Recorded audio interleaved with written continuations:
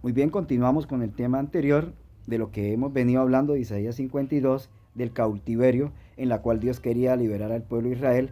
No era tanto el cautiverio de Babilonia, de Medo, de los Persia, Grecia y Roma, sino era más el cautiverio del pecado, porque era lo que ha venido trayendo dolor, sufrimiento en la raza humana. Más de 4000 años, todo lo que causó daño, Satanás, sus ángeles, haciendo la vida imposible para que nadie creyera en Dios, hablando mal de Dios, que Dios es un Dios tirano, que es un Dios que no tiene gracia, que no ama al pecador. ¿Cómo que no ama al pecador? No vio a Adán y a Eva, la sentencia era la muerte y Dios les reservó la muerte, no los mató de una vez, le dio un tiempo de gracia, le dio misericordia. ¿Cómo vamos a decir lo contrario de Dios? Un Dios amoroso, para que no los mató, para que se dieran cuenta cómo es las consecuencias del pecado.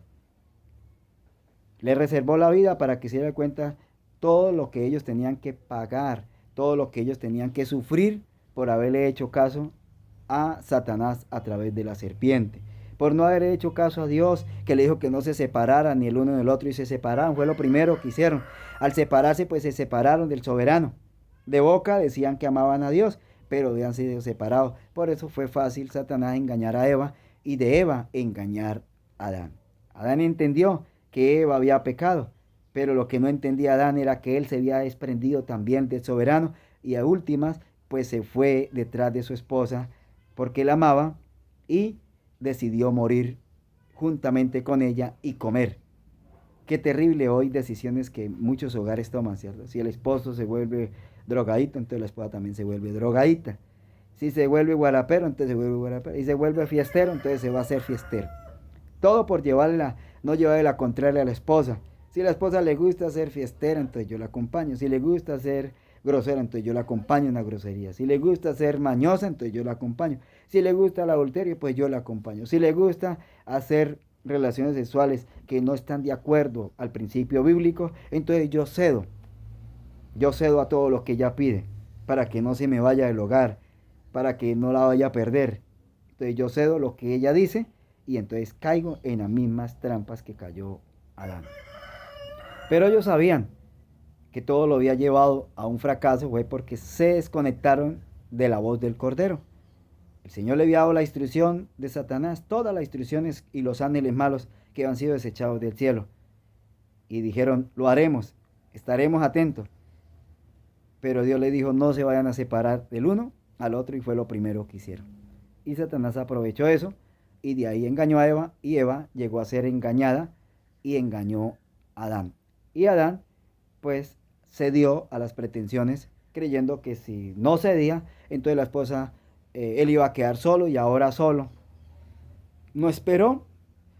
Si él hubiera esperado, si hubiera arrepentido, hubiera reconocido que estaba en desacato con Dios cuando se separó de su esposa y hubiera pedido perdón a Dios por lo que hizo, hubiera podido ayudar a su esposa. Y si su esposa hubiera tomado rumbo mal, entonces pues Dios hubiera venido a salvar solamente a Eva. Y a Adán Dios le hubiera dado otra esposa. A veces por ser apresurados cometemos muchos pecados. Nos hemos metido en problemas por no esperar a la voluntad de Dios, por no esperar a lo que dice la Biblia. Los jóvenes por desespero se casan con cualquier persona, pastores, ministros, por el desespero de querer ser pastores, el desespero de tener esposa para que los ordenen, se casa con la primera que le llegue, con la primera persona a la ligera, aún sabiendo de dónde es su procedencia, aún sabiendo que trae costumbres de papá y mamá, costumbres que no las va a dejar, y aún así son presumidos, tienen una fe falsa y se casan con esa persona y creen que esa es la que Dios les ha asignado. Y después se dan cuenta que la persona sigue con las mismas mañas, las mismas costumbres. ¿Por qué? Porque él no estaba convertido, porque él no amaba a Dios. Entonces, ¿cómo yo puedo pedirle a Dios una mujer que viva santidad cuando yo no viví santidad? Y así quiero llevar y manejar mi iglesia. Y así quiero ser un ejemplo para mis jóvenes en la iglesia, un ejemplo de ser apresurado, de no haberle creído a Dios. Y entonces hoy los jóvenes pues toman el ejemplo del pastor, del ministro, de cualquier persona, menos la de Dios. Qué mal ejemplo damos a veces cuando nosotros no le creemos a Dios. Y entonces somos apresurados. Abraham fue apresurado y se casó con su sierva. Su esposa le dijo, cásese con ella, porque ya no hemos tenido hijos. Mire, yo soy estéril, ya no hay nada. Ya hicimos todo, pero yo creo que es debe de ser la promesa por medio de la sierva. Entonces vaya y cásese. Y se casó Abraham, teniendo su esposa, casado legítimamente como Dios, se casa con la sierva.